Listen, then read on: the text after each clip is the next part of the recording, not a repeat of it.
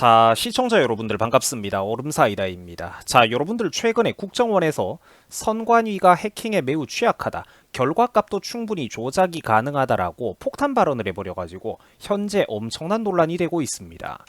자, 여러분들 드디어 터질 게 터져 나온 거죠. 특히 저처럼 정치 유튜버들 중에서는 젊은 구독자들의 비율이 상당히 높은 경우 이 주제를 다루면은 이득보다 손해를 보는 게 솔직히 훨씬 더 많았습니다.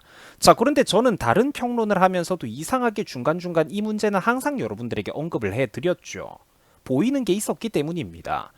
국정원에서 이번에 여러분들 보안 점검을 해보니까 선관위의 보안망이 어떻다고 합니까? 개판으로 뻥 뚫려 있었다라고 하죠. 북한에서 충분히 해킹할 수가 있다라는 겁니다. 아니, 국정원이 조사를 해봤더니 세상에 여러분들 선관위의 비밀번호가 1, 2, 3, 4, 5를 쓰고 있었다라고 합니다. 일반 개인 가정집의 도어락이나 통장 비밀번호 같은 것도 요새 이런 식으로 안 만들어집니다. 만들고 싶어도 어디 인터넷 우리가 회원가입 같은 걸 하려고 해보면은 비밀번호를 만들 때 1, 2, 3, 4, 5를 하면은 그거는 너무 취약해가지고 안 됩니다라고 그 사이트에서 이거를 막아 놓을 정도예요. 안 만들어진다니까, 이런 비밀번호가 너무 허접하다고. 북한이나 중국 애들이 충분히 국내 선거에 개입을 해가지고 투개표 조작이 마음만 먹으면은 얼마든지 가능하다라는 겁니다. 고도의 기술도 필요가 없다라는 거예요. 이쯤 되면 일부러 누군가 들어올 수 있도록 빗장의 문을 열어놓은 수준 아닙니까? 여러분들 지금 이런 얘기들은 제가 마음대로 하는 말 절대로 아닙니다. 대한민국의 국정원이 이번에 공식적으로 발표한 사안들에 기반을 해서 제가 설명을 덧붙여 드리는 거예요. 배경 지식을. 선거 인명부는 물론이고 개표 결과도 어떻다라고 합니까? 얼마든지 조작이 가능하다라고 하죠. 사전 투표를 안 한 사람을 한 것으로 조작도 가능하다라고 합니다. 여러분, 지금 대한민국에서 지난 몇 년 동안 무슨 일이 벌어지고 있었는지 상상이 가십니까? 사전투표 안 한 사람도 한 것으로 조작이 가능하다니까요. 명의를 도용할 수가 있다라는 거야. 장기간 투표를 안 했던 국민들의 명단을 교묘히 지들 표로 끌고 갈 수도 있다라고요. 자, 그러니까 여러분들 고민정, 김남국이 같은 온갖 잡것들도 국회의원 해먹고 설쳐댔던 것 아니겠습니까? 여러분들 제가 오세훈을 별로 좋아하지는 않습니다만 지난 총선 때 고민정이가 누구한테 이기고 국회의원 됐는지 아십니까? 지금 서울시장 해먹고 있는 오세훈한테 이기고 된 겁니다. 당연히 사전투표 때 몰표를 받았기 때문에 그게 가능했던 거예요. 저런 애들 대부분, 민주당의 수도권 애들 대부분 헤쳐먹는 게 사전투표 때 몰표 받아가지고 갔던 거예요. 지난 총선 당시에 180석을 쳐먹었다라는 민주당 애들의 표정을 다시 한번 우리가 살펴봅시다. 왜 저랬을까요, 여러분? 단일 정당이 180석 넘게 쳐먹는 이런 사건은 대한민국 역사상 그 유래를 찾아보기가 힘든 초유의 사건입니다. 어마어마한 대승이었죠, 정상적이라면. 근데 기뻐하고 환호하기는커녕 어떻습니까? 오히려 잘 모르는, 주변의 분위기 파악 못하는 아래 것들을 진정시키기 바빴다라고 하죠. 왜 그랬을까? 간단합니다. 예상보다 표가 너무 많이 나왔기 때문이야. 예상보다 중국이나 북한 해커들이 마사지를 너무 심하게 해가지고 표랑 의석이 너무 많이 나왔기 때문에 저것들이 얼어붙었던 거예요. 그러니까 과일 먹다가 벌레 씹은 표정을 한다라는 겁니다. 원래 정상적인 180석 대선 같았으면 저게 가만히 있겠어요? 당시 당대표 포함해갖고 당 지도부 애들 전부 다 온몸에 아드레날린이 쫙 분비되면서 거 봐라 이러면서 이게 민심이다, 준엄한 어떤 국민들의 심판을 받아라 이러면서 목에 힘주고 거들먹거리고 세상 모든 찬사를 다 받으면서 꽃다발은 주변의 아부쟁이들한테 다 받았어야 되는 그런 승리가 원래 180석 승리라는 겁니다. 근데 왜 눈치 없는 주변 것들을 자제하라고 자제시키기까지 했을까? 원래 같았으면 환호성을 내지르면서 목에 힘주고 난리를 떨어대면서 제갈공명 행세를 했어야 마땅할 민주당의 양정철이가 왜 뜬금없이 입술까지 바들바들 떨면서 총선 결과가 너무 이렇게 지금 무섭고 두렵다 이딴 소리를 했을까요? 이겼는데? 간단합니다. 의석수가 너무 많이 나왔잖아. 그래서 그러는 거예요. 양정철이가 당시 왜 뜬금없이 정계를 떠난다라고 했을까요? 당선된 분들이 알아서 잘 헤쳐나갈 거다? 180석 승리가 정상적인 결과라면 민주당의 싱크탱크 수장으로 있었던 양정철은 총선 승리의 공로가 매우 매우 큰 상황입니다. 근데 무슨 이런 욕심 많은 인간들이 뜬금없이 그냥 요즘 여기저기 아파갖고 좀 쉬어야 되겠다 이딴 소리를 했을까요? 겁이 나고 캥기는 게 있으니까 저러는 거예요. 그 입 털기 좋아하는 유시민 같은 인간조차도 어땠는지 기억나십니까? 나는 이거 어제 일처럼 기억나요. 저때 180석 결과 뜨고 나니까 얼어붙어가지고 곧바로 앞으로 정치 비평 2번 다시 안 하겠다, 그만두겠다라고 실제로 저 인간 몇 달 이상 침묵을 지켰을 정도입니다. 요즘은 또 세상 무서운 줄 모르고 떠들어대고 있죠. 근데 저 인간이 저때 정치 비평 2번 다시 안 하겠다 이랬다니까. 여러분들 너무 간단하지 않습니까? 선거에 뭔가 인위적인 손길을 대는 세력이 있었다라는 그 한마디만 여러분들이 인정을 하면은 나머지 모든 퍼즐들이 싹 다 풀린다라는 겁니다. 아직까지도 상황 파악을 잘 못하는 분들, 대한민국에 똑똑하고 아까운 분들 중에서도 많은 거 내가 진짜 알아요. 그래서 나도 가슴이 아픕니다. 근데 아직까지도 이 선거 문제를 상황 파악을 제대로 못하는 분들은 돌아가는 판을 보면서 능동적으로 자기 스스로 생각하지를 못하고 있는 거예요. 머릿속에 있는 그 얄팍한 본인만의 상식과 고정관념으로 정답을 미리 내려두고 결정을 해두고 능동적인 판단을 못하고 있다는 겁니다. 훌륭한 분들 중에서도 일부 이거를 자꾸 음모론 취급하는 분들이 있어서 내가 안타까워서 하는 얘기예요. 그 다 좋은 분들인데 선거 문제는 6개월 이내에 빠르게 끝내야 되는데 대놓고 재판을 뭉개면서 무려 2년이 넘게 3년이 넘게 시간을 끌어대던 게 이 나라 대한민국의 법원 인간들입니다. 원래 여러분들 근데 사실 이런 큰 문제는 과감하고 영웅적으로 국가와 민족 앞에 어떤 사명감이나 목숨을 내놓고 달려드는 사람들이 다룰 수 있는 문제지, 시험 하나 패스하고 기득권 누리고 있는 법돌이 일개 판사 나부랭이들의 깜냥에서 다룰 수 있는 문제는 솔직히 아닌 겁니다. 이게 결국 다음 총선을 앞두고서야 현 우파 정치권에서도 좀 걱정이 되고 찝찝한 게 있는 것인지 뭐 배경은 알 길이 없습니다만, 결국 그래갖고 한참의 세월이 흘러서 다음 총선을 목전에 앞두고 있는 지금 이제서야 이 선관위의 심각한 내부 시스템의 문제점, 결함 혹은 부정, 이것들을 지금 이제서야 국정원과 우리나라 메이저 언론들이 다루고 있습니다. 저는 이 문제를 그때 초반부터 다뤘던 사람으로서 참으로 감개무량합니다. 국정원이 말하기를 전체 유권자 정보가 저장되어 있는 통합선거인명부 관리 시스템에 대해서 정보도 얼마든지 탈취가 가능했다라고 하죠. 외부 인터넷을 통해 가지고 침투하는 것도 얼마든지 가능했다라고 합니다. 특히나 그 말 많던 사전투표 문제도 당연히 나오는데 세상에, 사전투표 용지에 무단 인쇄도 가능했다라고 합니다. 그러니까 여러분들 개판 투표용지가 그렇게 많이 나왔던 거예요. 발콜로 만들어진 그런 인쇄 종이들의 품질들, 인쇄 품질들이 나왔던 게 그래서 가능한 거라고. 외부에서 무단 인쇄가 가능하니까, 표를 끼얹을 수가 있으니까.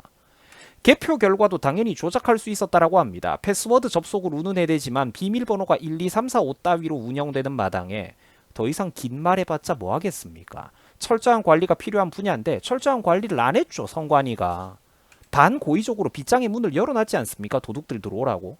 최근에 그래서 주요 메이저 언론과 대형 언론들도 이 사실들을 앞다퉈서 다루기 시작하고 있습니다. 진짜 해가 서쪽에서 뜰려나 싶어요. 개표 조작이 가능하고 특정 유권자들의 기표 유무도 열람이 가능하다라고 하죠. 무시무시하지 않습니까?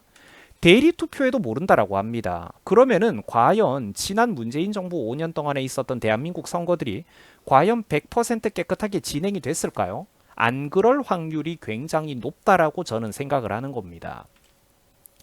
선관위 보안관리 상태가 허술한 게 과연 능력이 없었기 때문일까요? 지들이 뭐 컴퓨터 다뤄? 뭐 판사들이라든지 공무원들이 컴퓨터 다루나? 대한민국의 전문가들, 외주 맡길 업체들은 수두룩해요. 신분이라든지 그런 게 증명이 된 업체들 중에서도 수두룩하다고, 신용이.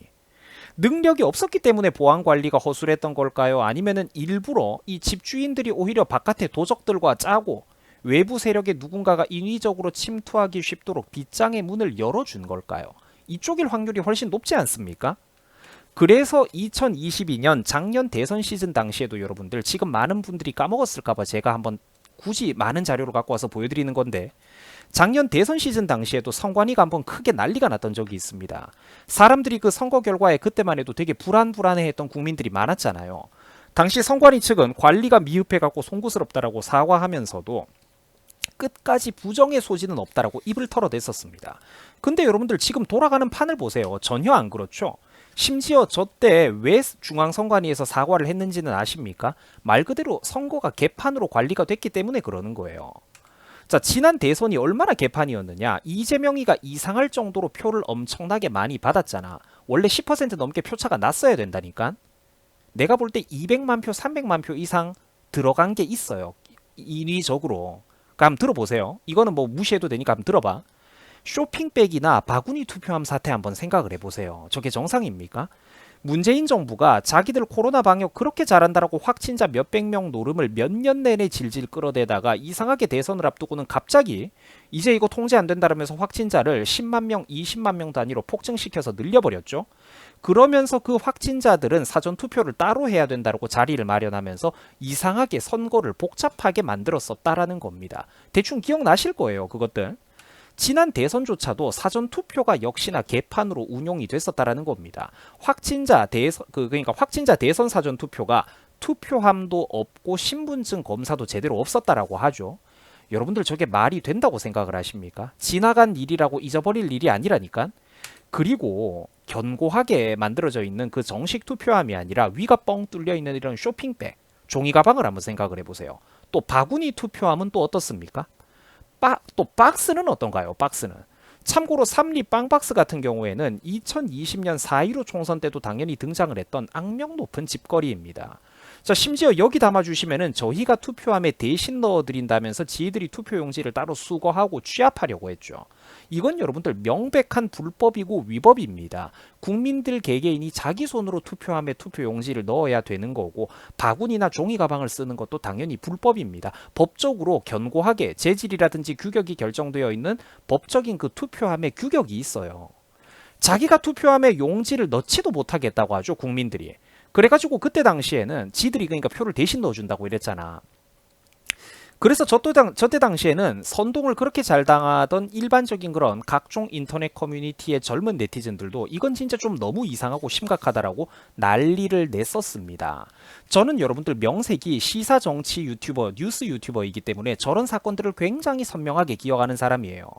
저런 사진들 하나하나가 몇 년 전에 어떤 인터넷 커뮤니티의 어떤 그런 화제거리 하나하나가 머릿속에 굉장히 선명하게 파노라마처럼 수백 수천 장의 기억이 제가 선명하게 있는 사람입니다. 근데 지금 저 젊은 네티즌들 어떻습니까? 결국 자기들이 몰입했던 대선 시즌, 그 대선 이벤트 지나가고 나니까 또 다 잊어버리고 이제 와가지고 부정선거 얘기 나오면은 또 무조건 발작하면서 좌파들 손바닥 위에서 놀아나고 있죠. 음모론 취급하고 있죠. 이준석 같은 인간한테나 선동당하고 있고. 지들 커뮤니티에 대규모 댓글 부대 공작질하는 것도 그 애들이 모른다라는 겁니다. 그런 몇몇 사이트 애들이.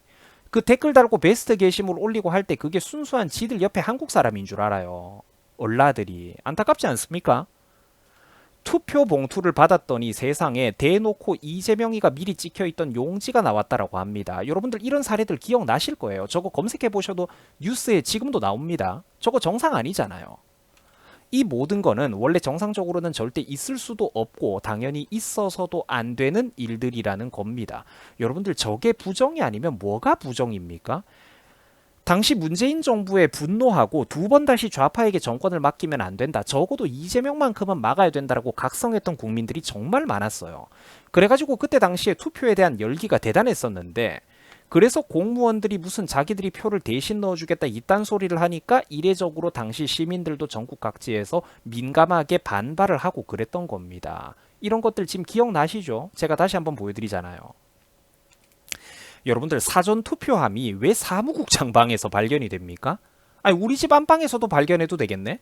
사전 투표 5만 장이 선관위 사무국장실에서 발견됐다라고 하죠. 지정되어 있는 보관 장소가 아니라 딴 데서 발견이 됐다라는 거예요. 심지어 CCTV를 대놓고 종이로 가려놓은 거, 테이프 발라갖고 가려놓은 거 보이시죠? 여러분들 저게 말이 됩니까? 무슨 통렬하게 반성해야 된다라면서 슬쩍 넘어갈 일이 아니라 부정선거는 말 그대로 관련된 가담자들의 손모가지 아니 모가지를 날려버려야 되는 그런 사건입니다. 저게 넘어갈 일입니까 저게? 유튜버 얼음사이다 역시 여러분들 이런 문제를 오래전부터 꾸준히 다뤄왔습니다. 생방송에서도 많이 다뤘고 녹화방송도 여러 번 올렸어요. 가끔 어르신들 중에 이걸 잘 모르는 분들이 많더라고요. 왜냐면 내가 이런 걸 다루면은 조회수랑 노출도가 많이 안 나오게 일정 시점에 초반에 금방 눌려버리거든. 그래서 내가 이런 활동을 한다는 걸 모르는 분들도 많아요.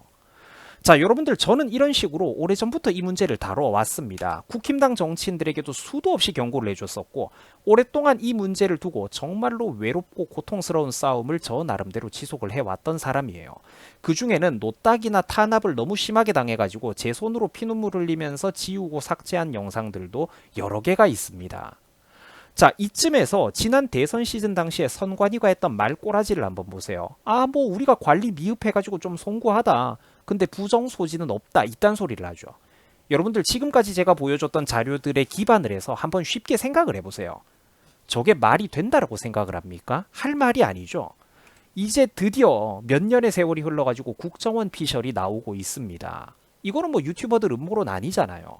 선관위는 해킹에 매우 취약하며 결과값도 얼마든지 조작이 가능하다라고 얘기를 하고 있는 겁니다. 시청자 여러분, 이런 문제는요, 진짜로 이거 나라 한번 뒤집어 엎어져야 되는 사건입니다. 그리고 무엇보다도 국민 스스로가 정신을 차려야 됩니다. 이쯤 되면은 아직도 눈치 못 채는 게 바보라니까.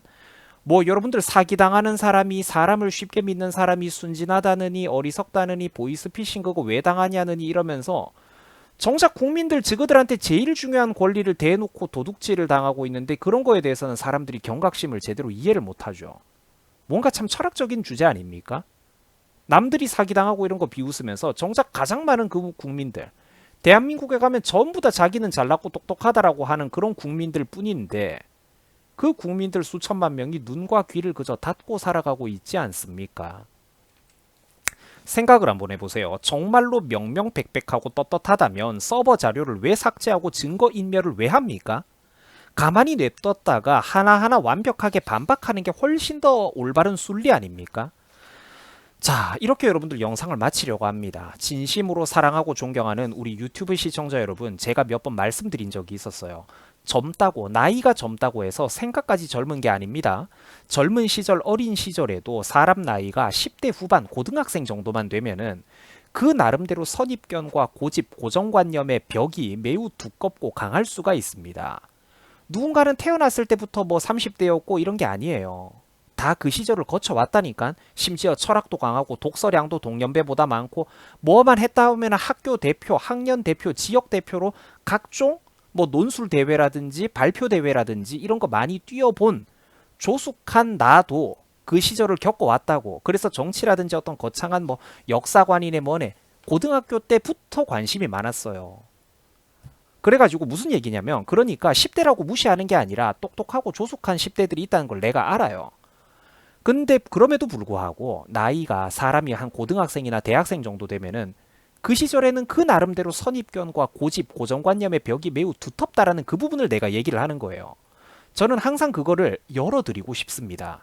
유튜버 얼음사이다는 항상 사람들에게 생각의 문을, 특히 자기 스스로 능동적으로 생각하는 힘을 열어주고자 하는 거예요. 내가 유튜브 이것 때문에 합니다. 유튜버로서 이득을 보는 것만이 목적이라면 그저 세련되게 제 이미지 관리만 하면 제일 편해요. 그저 깨어있는 척하고 세련된 척을 하면서 훨씬 쉽고 간편하게 갈 수 있는 길들이 많습니다. 남들 다 아는 주제를 일부러 좀 이렇게 유식하게 있어 보이게 떠들어대면서 미디어 앞에 나가도 별로 부끄럽지 않은 주제, 문제가 안 될 것 같은 주제, 나만 똑똑하면서 똑똑한 척하기 좋고 반론의 여지가 없을 수밖에 없는 주제들, 간편한 주제들이 많은 거 나도 알아요. 근데 저는 유튜브 채널 성장에 내 개인에 대한 평가에 막대한 손해를 보면서도 때로는 젊은 시청자 여러분들이 상당수가 선입견이 두터울 수밖에 없는 주제들, 그 불리한 주제들을 때때로 나는 정면으로 다루죠. 고집스럽게. 왜 그럴까? 왜냐? 왜 손해를 보는 주제를 왜 다루느냐 내가. 조국과 민족이 잘못된 길로 향해 가는 게 너무나도 안타깝기 때문입니다. 불길 속으로 걸어 들어가는 내 나라, 내 조국, 내 민족, 내 동포들의 그 잘못된 판단이 군중 여론과 심리가 보이기 때문에 그게 안타까워서 그러는 거예요. 누군가는 실제로 여러분들 그런 삶을 살아가는 사람도 있습니다. 자기 인생의 나름대로 확고한 소신과 철학과 신념을 가지고 살아가는 사람이 대한민국 한켠에는 있다라는 거예요. 시청해 주셔가지고 대단히 감사드립니다. 여러분들 행복한 주말 잘 보내시기 바랍니다. 여러분들 수고하셨습니다.